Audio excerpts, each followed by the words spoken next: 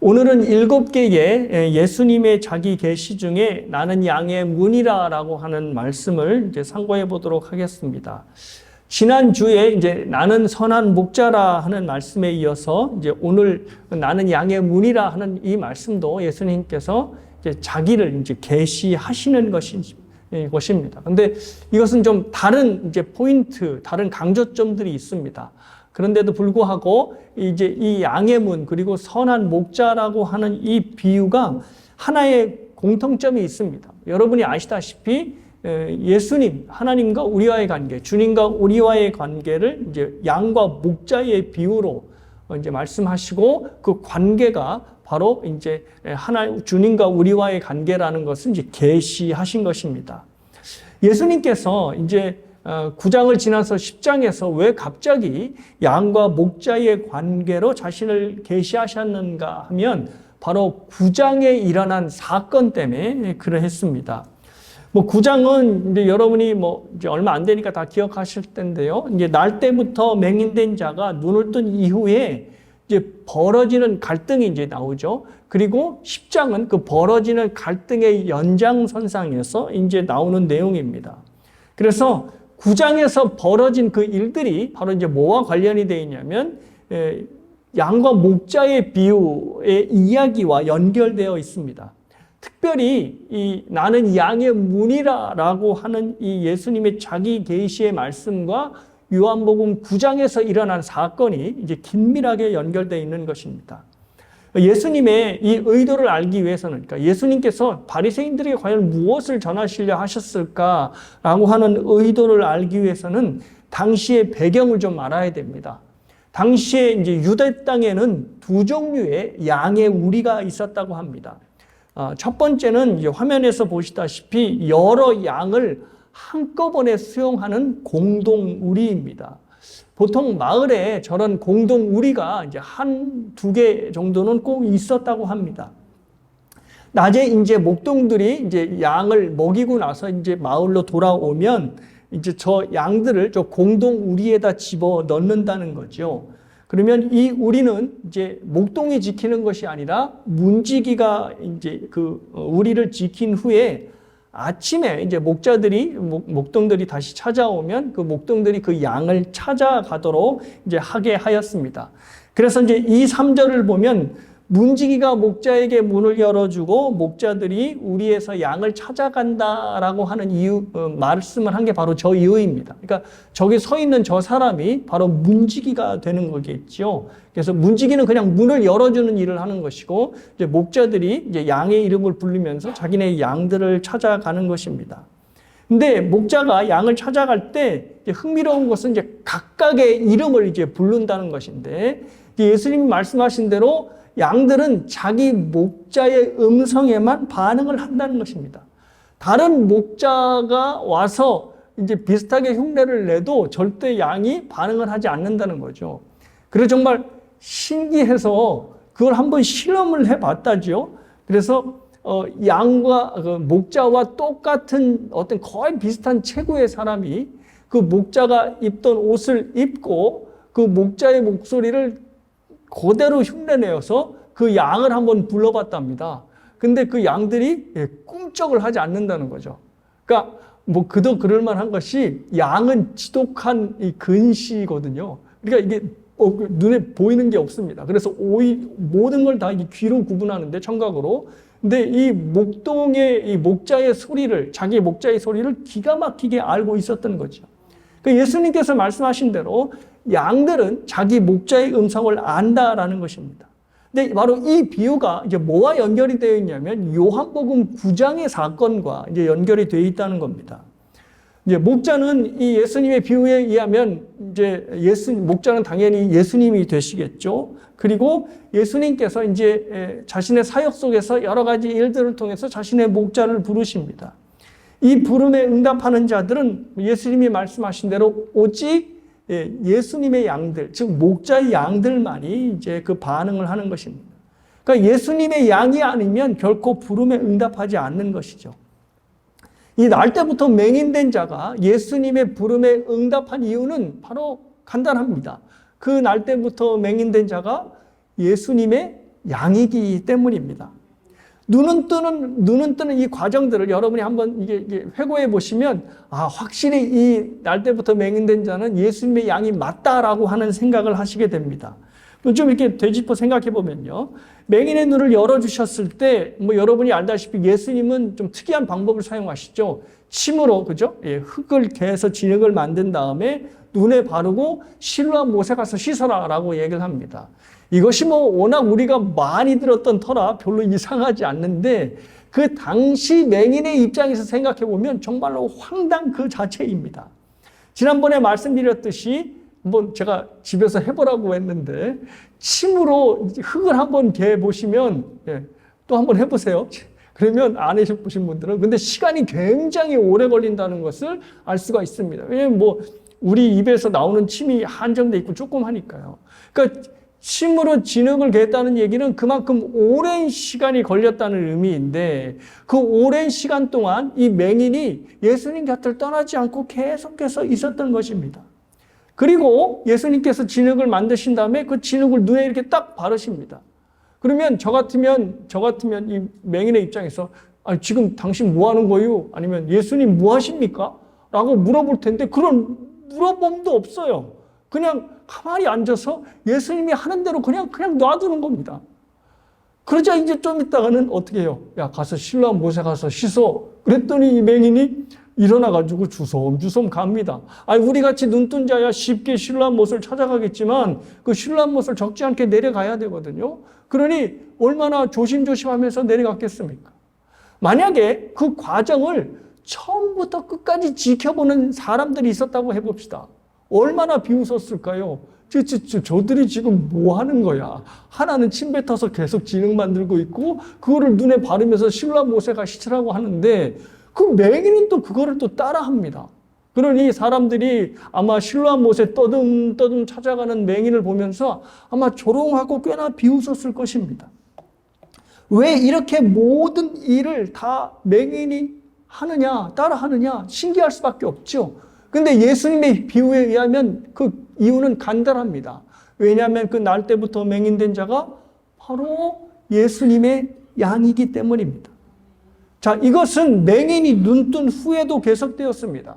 사실 맹인이 눈뜨기 위해서 내가 이상하지만 그냥 한다라고 했다면, 사실 눈을 딱 뜨게 됐으면 예수님을 떠나면 그만 아닙니까? 그죠? 왜냐하면 눈 떴으니까 이제 새로운 인생이 주어졌으니까 이때까지 하지 못했던 것 하면서 즐겁게 살면 되는 겁니다. 그런데 이 맹인이 끝까지 예수님 편을 들다가 결국은 출교를 당하고 말았습니다. 출교는 말씀드렸듯이 사회적인 사형 선고라고 말씀드렸죠. 사회적인 사형 선고 당하려고 눈 뜬 게 아닌데 그냥 모른 체 하고, 잘 모르겠습니다. 누가 예수라고 하는 사람이 눈을 뜨게 했는데, 뜨게 해줬나 보죠? 이 정도 얘기하면 되는데, 끝까지 그는 하늘에서 하나님이 보내신 자가 아닐까요? 라고 얘기하다가 결국 출교를 당하게 된 것입니다. 왜 이렇게까지 맹인이 반응을 하였을까요? 이유는 간단합니다. 그가 바로 예수님의 양이기 때문에 그렇습니다. 뭐를 비교해보면 더 잘 아냐면 그의 부모들을 보면 아주 명확하게 대조가 됩니다. 부모도 이 예수님께서 자기 자식의 눈을 뜨게 했다는 것을 알았습니다. 그러면 예수님께 찾아가서 감사합니다. 우리 아이에게 새로운 인생을 주시다니요 해야 할 텐데 그러지 않았습니다. 오히려 아들을 앞세우고 바리새인들에게 이 사람에게 내 아들에게 물어보시오 라고 하고 아들 뒤로 숨었습니다. 전혀 다른 반응이죠. 왜 그렇습니까? 그의 부모는 예수님의 양이 아니었기 때문입니다. 바리새인들도 마찬가지입니다. 지금 양과 목자의 비유를 얘기하는 대상은 바로 바리새인들입니다. 근데 바리새인들이 예수님의 이 비유의 말씀을 알아듣지를 못합니다. 6절을 보니 뭔 소린지 모르더라 알아듣지 못한다라는 말씀을 하시는 겁니다. 그래서 7절에서 이제 양의 문, 오늘 설교 말씀이죠. 나는 양의 문이라라고 말씀을 하시면서 다시금 예수님과 자신의 양들의 관계에 대해서 이제 말씀을 하시는 겁니다. 이 말씀을 이해하려면요, 또 다른 종류, 양의 우리를 여러분들이 이해하셔야 됩니다. 자, 지금까지 이제 화면에서 본 우리는 공동 우리였습니다. 그래서 어떤 개인의 우리가 아니라 이제 모든 이제 양을 가진 이제 사람들이 저 마을에 이제 함께 이제 양을 모이게 하는 이제 우리였죠. 그런데 두 번째 우리는 조금 다른 우리입니다. 이렇게 목초지에 마련된 우리인데요. 좀 이렇게 멀리 양을 먹이려고 이제 목초지에 나왔을 경우 다시 돌아가기가 그렇지요. 그러면 저렇게 임시로 한 2m, 3m 정도 되는 돌담을 쌓아서 임시적으로 우리를 만들고 양을 저 안에 집어넣은 다음에 이제 하루를 또 며칠을 이렇게 보냈다 합니다. 근데 여러분이 화면에서 보시다시피 특이한 것은 저렇게 출입구가 있는데 출입구에 뭐가 없죠? 문이 없다는 겁니다. 그래서 문이 없어서 저렇게 이제 들락날락 하는데 이제 그 문을 누가 그 문의 역할을 하냐면 저렇게 보이세요? 목자입니다. 목자가 저 출입구에서 문의 역할을 하며 딱 앉아 있는 것입니다. 그래서 예수님께서 나는 양의 문이라고 말씀하신 것이 바로 저겁니다. 그러니까 목자가 문이 되는 거죠. 그래서 예수님은 목자도 될 뿐만 아니라 양의 문도 되는 겁니다. 그래서 예수님께서 나는 선한 목자다 얘기하시고 또 나는 양의 문이라 말씀을 하신 겁니다. 그러니까 양이 이제 풀을 먹으러 할 때는 저 목자를 지나가야 되는 겁니다. 그래서 들어가며 나가며 꼴을 먹는다라고 구절에서 말씀을 하신 이유가 바로 저겁니다. 또한 저 우리에 있는 양을 맹수나 도둑이 취하려 할 때도 저 담을 넘지를 못하니까 누구를 통과해야 되냐면 반드시 목자를 통과해야 합니다. 그래서 맹수든 도적이든 강도떼든 저 목자를 통과하지 않고는 저 양을 취할 수 없는 것입니다. 그래서 예수님께서 나는 양의 문이라고 하는 또 하나의 비유를 통해서 말씀을 해주신 건데 이 양의 문이라고 말씀하신 이 비유에 우리가 가슴에 새겨야 될 진리가 있습니다. 그거를 오늘 한 두 가지만 살펴보도록 하겠습니다.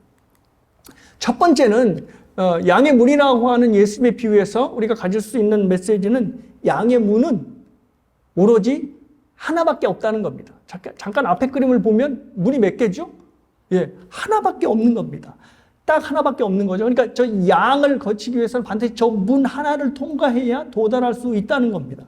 그러니까 목자를 통과해야지만 저 우리 안으로 들어갈 수 있다는 거죠. 자, 이것은 무엇을 의미하냐면 예수님만이 구원에 이르는 단 하나의 문이고 다른 문은 없다라는 것이 바로 이 비유의 교훈에 담겨져 있습니다. 9절의 말씀처럼 그래서 예수님이 무슨 말씀을 하셨냐면 나로 말미암아 들어가면 구원을 얻는다 이렇게 되어 있습니다. 그러니까 나로 말미암지 않고는 즉 양의 문, 이 하나의 문을 거치지 않고는 구원을 받을 수 없다는 거지요. 바로 이것이 사람들이 그렇게 싫어하는 오직 예수만이 구원자이다 라고 하는 교리이고 그래서 타 종교에는 구원이 없다라고 말하는 의미입니다. 지금도 사람들에게 예나 지금이나 기독교를 싫어하는 이유들을 보면 여러 이유들이 있겠지만 그중 하나 이유가 꼭 빠지지 않고 등장하는 것이 바로 예수만이 구원자다라고 하는 교리를 너무너무 싫어합니다. 어떻게 예수만이 구원자가 될 수 있어? 타 종교는 구원이 없다고 그들이 그렇게 얘기한다며. 그게 말이 돼? 어떻게 그렇게 배타적이고 독점적이야? 라고 이야기를 하는 겁니다. 기독교 스필가인 이만재 씨라고 하는 사람이 있습니다. 근데 이분이 좀 오래된 책인데요. 1997년에 교회 가기 싫은 77가지 이유라는 책을 썼습니다. 근데 이 책을 저도 대학생 때 읽었는데 젊은이들 대상으로 왜 그렇게 교회가 싫으냐라고 이제 설문을 조사를 했는데 여러 가지 이유들이 나오는데 이제 77가지 이유들이 나왔다는 겁니다. 근데 그 이유 중 하나가 바로 교리입니다. 기독교가 너무 배타적이고 독선적이다. 왜 예수만이 구원자이고 그래서 타 종교는 구원이 없다고 타 종교를 깡그리 무시하느냐라고 하는 겁니다. 그래서 타 종교에게 배타적으로 구는 기독교가 너무너무 싫다는 겁니다. 자, 이게 이제 여러분이 97년도에 했다니까 이제 20년 전에 이제 일이고 또 한국에서 일어난 일입니다. 그런데 21세기에 뭐 다른 땅인 미국 땅에서도 같은 내용의 설문이 여전히 조사되고 있습니다. 좀 이것도 뭐 지났는데 뭐 97년도 책은 아닌데 이제 2007년도에 뭐 저도 이 책을 또 읽었는데요. 언크리스찬이라고 하는 제목의 책이 출간이 되었습니다. 데이비드 캐너만이라고 하는 사람이 썼는데요. 이 책도 뭐 그 77가지 교회를 나가기 싫어하는 이유라는 그 책과 내용이 좀 비슷합니다. 대학 청년들에게 왜 그렇게 교회가 싫고 기독교가 싫으냐라고 이제 이유들을 이제 찾고 그걸 분석했는데요. 그 이유 중에 하나가 이제 앞에서 살펴본 내용이 또 있는 겁니다. 왜 기독교는 타 종교의 구원을 인정하지 않느냐? 왜 예수님만 유일한 구원의 길이라고 말하느냐라는 겁니다. 그러니까 뭐 세월이 지나도 뭐 미국이나 한국이나 뭐 다른 나라 역시도 왜 기독교만이 유일한 구원의 길이라는 것을 강조하냐? 이거를 너무 싫고 불편하다라고 하는 내용이 통일하게 드러나는 것입니다. 자, 이런 이유 때문에 소위 뭐 기독교인들 중에서, 물론 그들이 기독교인인지 모르겠는데, 아무튼 기독교인들 중에서 이 문제를 해결해야 된다. 기독교는 계속 이 교리만 강조할 것이 아니라 이 교리를 이제 인정하지 말아야 된다라고 이야기를 하는 사람들이 이제 많아지게 됩니다. 그중 하나가 비교 종교학자라고 한국에서 이름이 알려진 오강남 씨라고 하는 분인데요. 이분이 책 제목이 예수는 없다라고 하는 책입니다. 그러니까 자기는 크리스찬이라고 주장하는 사람인데 책 제목의 이름이 예수는 없다라는 거예요. 그래서 그 책에서 기독교가 이 모든 종교에 환영받는 종교가 되기 위해서는 기독교 안에서 이런 독단적인 교리를 버려야 한다라고 하면서 한 예를 저 책에서 듭니다. 이제 그 예가 뭐냐면 카나다의 한 교단의 총회장이 그냥 한 교단의 목사도 아니고 교단을 대표하는 총회장이 예수는 하나님이 아니다라고 하는 것을 공식적으로 선언을 했답니다. 그러면 총회장이 그런 일을 했으면 어떻게 해야 돼요? 그 총회원들이 가만히 있으면 안 되죠. 저거 면직시켜 하고 해야 되는데 그러지 않고 가만히 놔뒀다는 겁니다. 왜냐하면 이유가 이렇습니다. 총회장이 예수가 하나님이 아니다라고 선언을 했는데 그 배경에는 하나님은 사랑이시다. 그러니 조건적으로 사랑해야 한다라고 하는 정신으로 그 얘기를 했기 때문에 그를 출교시킬 수 없다라고 결정을 했다는 겁니다. 예수가 하나님의 아들이면 결국 기독교만 참 종교이고 다른 종교는 다 거짓 종교가 되고 또 그들 종교에 구원이 없다는 걸 인정하게 되니 다른 종교들을 조건 없이 사랑하기 위해서는 예수는 하나님이 아니다라고 얘기하는 것이 맞다라고 생각했기 때문에 그 총회장을 출교시키지 않았다는 겁니다. 자, 그러면 이제 우리가 좀 생각해 봐야 됩니다. 여러분은 사랑에 대해서 어떻게 생각하십니까? 어떤 뭐 성경에 좀 이렇게 하나님의 좀 뭐 소위 과격한 어떤 메시지들이 나오면, 그죠? 뭐 다 죽여라 뭐 이런 메시지가 나오면 사랑의 하나님이 어떻게 그럴 수 있느냐? 바로 이제 이렇게 누군가 물어보지요. 그래서 사랑의 하나님은 모든 것을 다 포용하고 용서해야 하는데 어찌 하나님이 사랑의 하나님이라는 분이 어찌 그럴 수 있느냐라고 누가 따져 묻는다면 여러분들은 거기에 대해서 어떻게 대답하시겠습니까? 그 부분은 읽지 마라고 얘기하시겠습니까? 아니죠. 예. 그러면 그 부분 한번 생각하셔야 됩니다. 사랑하면 모든 것을 다 포용해야 합니까? 이 부분을 여러분이 깊게 생각해 보셔야 됩니다. 자, 하나님과 당신의 사랑하는 백성들을 어떤 관계로 비유를 자주 드셨냐면 우리가 에레미야를 새벽에 봐서도 아시지만 부부 관계로 말씀을 하셨습니다. 자, 이 부부 관계에서 사랑을 한번 생각해 보십시다. 부부 관계에서 사랑은 포용적입니까? 절대 그렇지 않습니다. 부부 관계에서 사랑은 철저히 배타적이고 철저히 독점적입니다. 아내와 남편의 관계를 한번 살펴보십시오. 자, 아내가 남편에 대해서 독점적이고 배타적입니다. 그래서 제가 아내가 아닌 다른 여자에게 관심을 갖고 친절을 베푸는 것을 용납하지 않습니다. 왜냐하면 그 관계가 독점적이고 배타적이기 때문입니다. 제가 아내에게 베풀어야 될 친절을 자꾸 옆집 아줌마나 앞집 아줌마에게, 근데 참고로 저희 앞집 아줌마는 할머니십니다. 그러니까 뭐 쓸데없는 오해를 안 하셔도 됩니다. 근데 뭐 아무튼 예를 들어서 앞집 아줌마에게 자꾸 과도한 친절을 베풀어요. 그러면 한두 번은 저 사람이 뭐 목사니까 그렇겠지라고 하다가 계속해서 그 친절을 베푼다면 아내가 저한테 정색을 하고 그러겠죠. 아니, 나한테 베풀어야 될 친절을 왜 저 여자한테 베푸는 거야? 라고 하겠죠. 그게 억지가 아닙니다. 왜냐하면 아내는 남편인 저에게 사랑을 받을 독점적인 권리를 갖고 있기 때문에 그렇습니다. 그래서 제가 다른 여자에게 친절을 베풀고 마음을 주는 것을 배타적으로 여기고 제하는 것입니다.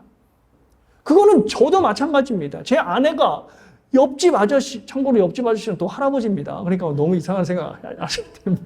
할아버지에게 자꾸 친절을 베풉니다. 할아버지가 아닌 뭐 어떤 사람에게요. 그러면 제가 가만히 놔두겠습니까? 왜 나한테 줄 맛있는 음식을 자꾸 안 주고 저 사람 갖다 주는 거야? 라고 얘기를 하겠죠. 왜냐하면 사랑의 관계는 배타적이고 독점적이기 때문입니다. 그래서 사랑하는 사이에서 일어나는 자연스러운 감정이 뭐냐 하면 뭐죠? 질투입니다. 질투는 이게 뭐 흉하고 나쁜 감정이 아니라 자기가 받아야 될 사랑의 권리를 제대로 받지 못할 때 나오는 자연스러운 감정이 바로 질투입니다. 그래서 하나님께서 뭐라고 얘기하시냐면 나는 질투하는 하나님이라고 얘기를 하시는 겁니다. 자, 그런데 흥미롭게도 이 질투가 언제 싹 사라지냐면, 그러니까 질투는 독점적이고 배타적인 감정이죠. 근데 언제 이 질투가 싹 사라지냐면 언제 사라집니까? 부부의, 그렇죠. 사랑하지 않으면 이 질투가 없어집니다. 즉, 부부 관계에서 완전히 갈라섰을 때, 완전히 남남이 되었을 때 상관하지 않습니다. 애들 말로 엑스와이프, 영어로 엑스와이프, 허스밴이라고 하는데, 그 엑스와이프가 누구를 만나든지 몇 번을 결혼하든지 전혀 상관하지 않습니다. 그냥 모든 걸 다 수용하는 포용적이 되는 거죠. 왜? 그와 더 이상 사랑의 관계가 아니기 때문입니다. 그래서 하나님께서 구약에서부터 하나님과 백성과의 관계를 뭐로 비유하시냐면 부부 관계로 말씀을 하시는 겁니다. 그리고 신약에서는 아예 노골적으로 예수님은 신랑, 그리고 우리는 신부로 얘기하는 겁니다. 사랑의 관계입니다. 그래서 거기에서 나오는 것이 독점적이고 배타적일 수밖에 없는 겁니다. 심지어 어느 정도 하나님께서 우리에게 독점적 사랑을 요구하시냐면 바로 우리를 구원하시기 위하여 당신의 아들까지 죽으셨습니다. 그러면 이렇게 얘기하실 수 있는 거죠. 다른 신들 중에서 너희들을 살리기 위해서 자기 아들을 죽인 신 있어? 나와보라고 그래. 다 종교에는 그런 게 없죠. 그래서 제가 교리를 강의할 때마다 기독론, 이것은 이 대속이라고 하는 교리는 기독교만 있는 굉장히 독특한 교리다라고 말씀을 드리는 게 바로 이겁니다. 그러니까 하나님께서 우리를 사랑하시는 그 배타적 사랑, 독점적 사랑이 뭐를 통해서 나타나냐면 바로 예수 그리스도를 우리에게 주심으로 대속의 죽임을 죽이게 하신 그 사건, 그리고 그 교리에 담겨 있는 겁니다. 그래서 그 사랑하는 아들이 하나님 어찌하여 나를 버리시나이까 할 때 하나님께서 고개를 돌리시고 끝까지 외면하시고 그 돌린 고개를 우리를 보신 겁니다. 그 사건이요. 왜냐하면 우리를 사랑하시기 때문입니다. 이렇게 우리를 사랑하시는 하나님 앞에서 어떻게 종교가 다 거기가 똑같지, 그 믿는 신이 똑같지라고 얘기할 수 있겠습니까? 말씀드린 대로 그 어느 종교도 우리를 구원하기 위하여 당신의 아들을 죽였다고 하는 그런 종교는 없습니다. 그러니 너희도 구원이 있고 우리도 구원이 있지라고 말할 수는 없는 겁니다. 사랑하는 사람이 다른 사람을 향해 눈길을 주는 것을 절대 용납할 수 없다는 이 지독한 배타성, 그리고 지독한 독점성이 바로 기독교가 얘기하는 사랑의 핵심인 것입니다. 그래서 예수님은 나는 양의 문이야 라고 말씀하시면서 그 우리 안에 있는 단 하나의 문을 언급하신 것입니다. 오직 그 길을 통해서만 하나님께 나아갈 수 있기 때문입니다. 이 하나님의 사랑을 저와 여러분이 마음껏 누리시기를 주님의 이름으로 축복합니다. 자, 두 번째, 예수님이 나는 양의 문이라 라고 말씀하신 그 의미는 어떤 의미가 있냐면 내가 반드시 그 문으로 들어가야 한다라는 것을 의미합니다. 자, 9절 말씀을 보시면요. 나는 문이니 누구든지 나로 말미암아 들어가면 구원을 받고 또는 들어가며 나오며 꼴을 얻으리라. 자, 이제 아까는 이제 문을 강조하였지만 지금 이제 어느 것에 좀 초점을 맞추시냐면 그 문으로 들어가는 양을 좀 생각해 보시길 바랍니다. 누가 우리에 들어가냐면 양이 직접 우리에 들어가는 겁니다. 그러니까 목자가 양의 뒷덜미를 딱 잡아가지고 들어서 우리에 딱 넣는 게 아니라, 그렇죠? 목자의 음성을 따라서 양의 문으로 되어 있는 목자를 거쳐서 자기가 어디로요? 우리 안으로 들어가는 겁니다. 그래서 예수님께서 나로 말미암아 들어간다라고 말씀을 하신 겁니다. 자기 목자인 예수님의 음성을 듣고 자기가 자기 발로 그 우리로 걸어 들어가는 겁니다. 목자의 음성을 들었는데 그 음성을 듣고 반응하지 않고 우리로 들어가지 않으면 그가 주님의 양이 아닌 것입니다. 자, 하나님의 부르심에는요, 두 가지의 부르심이 있습니다. 하나는 저렇게 보시는 외적인 부르심입니다. 하나님께서 저렇게 그림에서 보는 것처럼 설교자를 통해서 그를 부르시거나 아니면 전도자를 통해서 부르시거나 아니면 여러 가지 어떤 서적을 통해서 어떤 하나님의 메시지를 통하여 이제 부르게 되는 겁니다. 그러니까 다양한 루트를 통해서 사람들을 부르게 되는 거지요. 그 부르심을 통해서 예수만이 유일한 구원자다라고 하는 메시지를 귀로 듣게 되는 것입니다. 자, 이 귀로 듣게 되어서 바로 이제 외적인 부르심이라고 하는데요. 이 외적인 부르심을 듣고 거기에 이제 응답을 하고 교회에 나오게 되고 또 신앙생활을 하게 되는 겁니다. 그러니까 이 모든 과정이 이제 예수님의 비유로 치자면 목자의 음성을 듣고 양의 우리로 이제 들어가는 과정이 되는 것입니다. 자, 그런데 이 믿음을 갖게 되면 이 외적인 부르심 말고 또 하나의 부르심이 있다는 것을 알게 됩니다. 근데 그 부르심이 바로 성령 하나님께서 그를 부르신다고 하는 내적인 부르심입니다. 성령께서 이미 여러분이 구원도를 통해서 아셨겠지만 죄로 인하여 닫혀진 마음이 딱 열리게 되면서, 그렇죠? 이 바울의 설교를 들었던 루디아의 마음처럼요.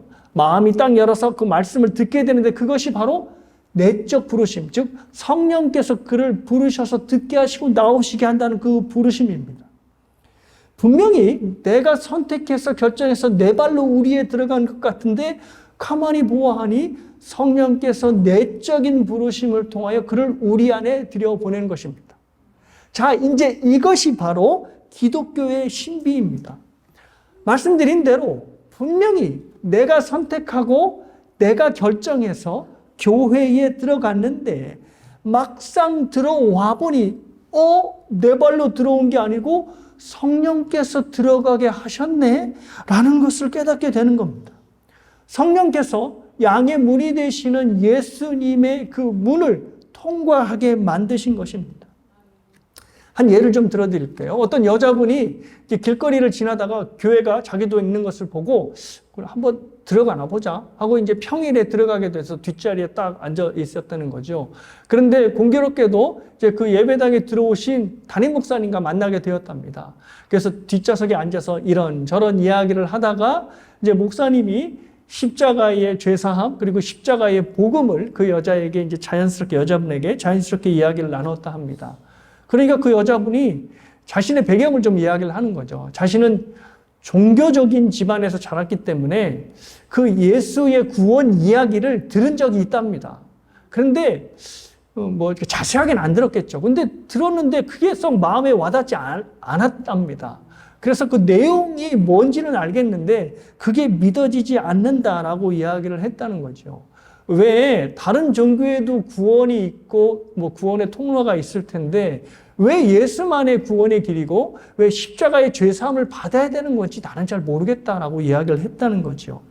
그러니까 목사님이 이런 대답을 했다 합니다. 어떤 대답을 해주셨냐면 자매님 한번 생각을 해보십시오. 어떤 상상을 해보시냐면 십자가가 있는데 그 십자가에 문이 있다고 한번 생각해 보십시오.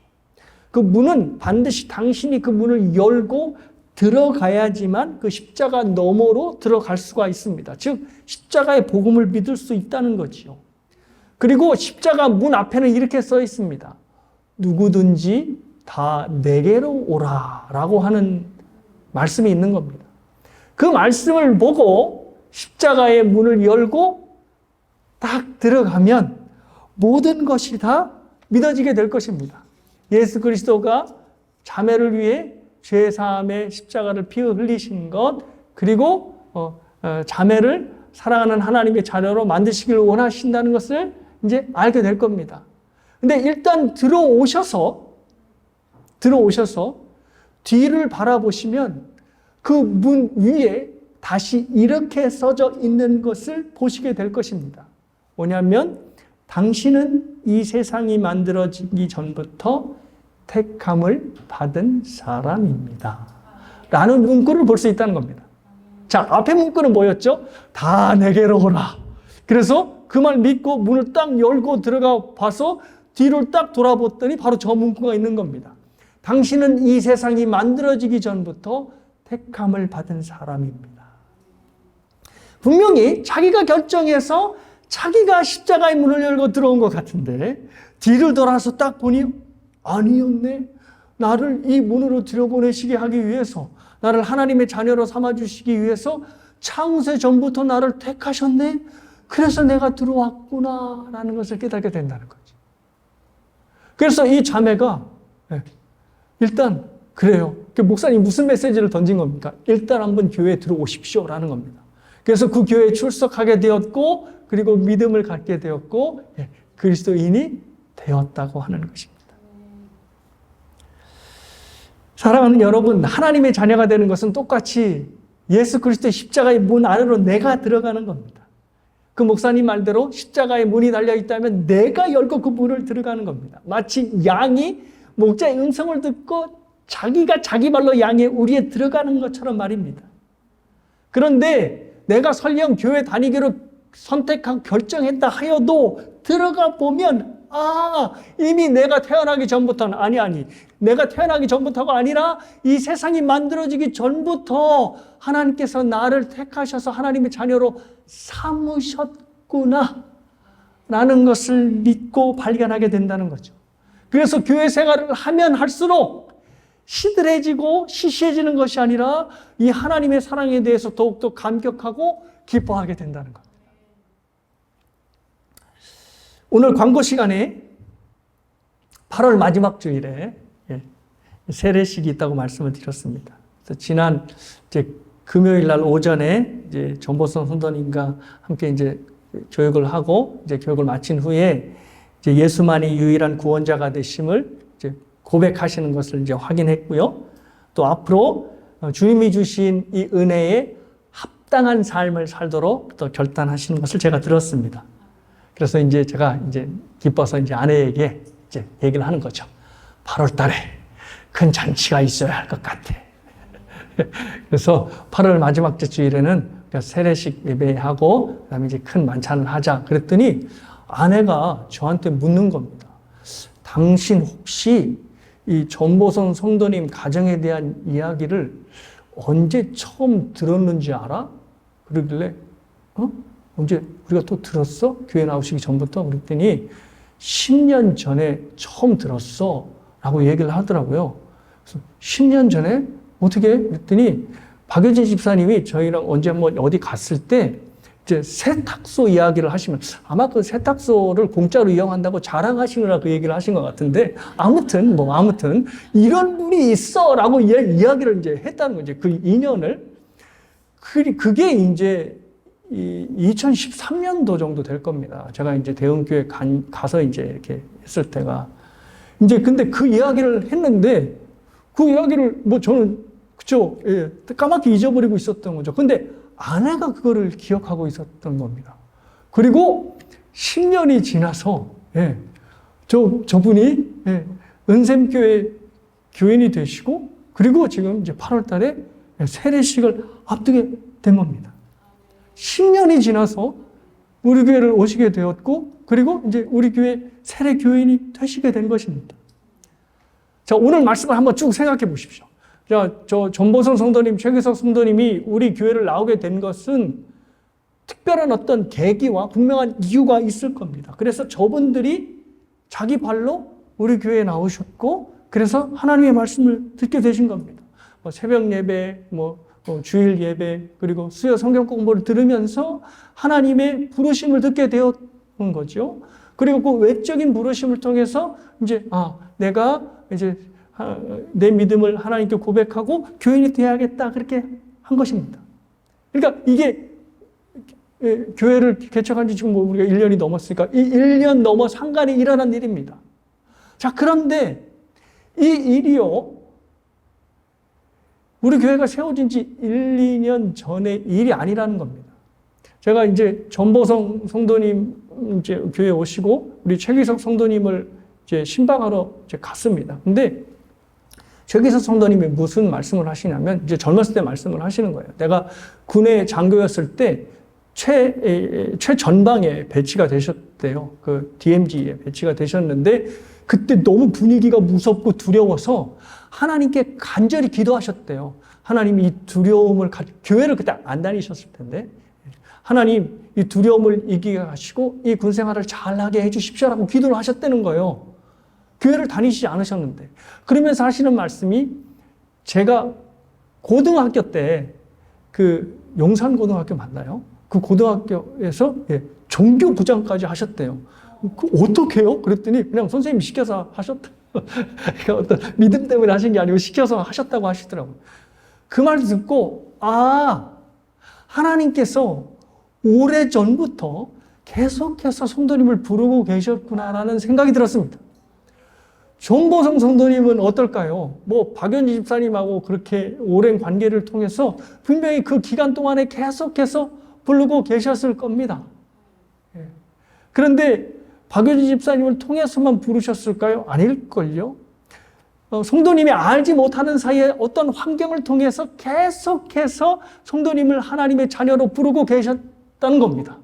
왜냐하면 하나님의 부르심은 날 때부터 부르시는 것이 아니라 저 문구대로 이 세상이 만들어지기 전부터 택함을 받은 사람이기에 계속해서 부르시는 그 부르심의 과정이 있었다는 것입니다. 자, 그래서 이제 두 분이 세례를 받으시면 앞으로 이것을 더 경험하시게 될 겁니다. 뭐냐 하면, 하나님께서 나를 창세전에 부르셨구나.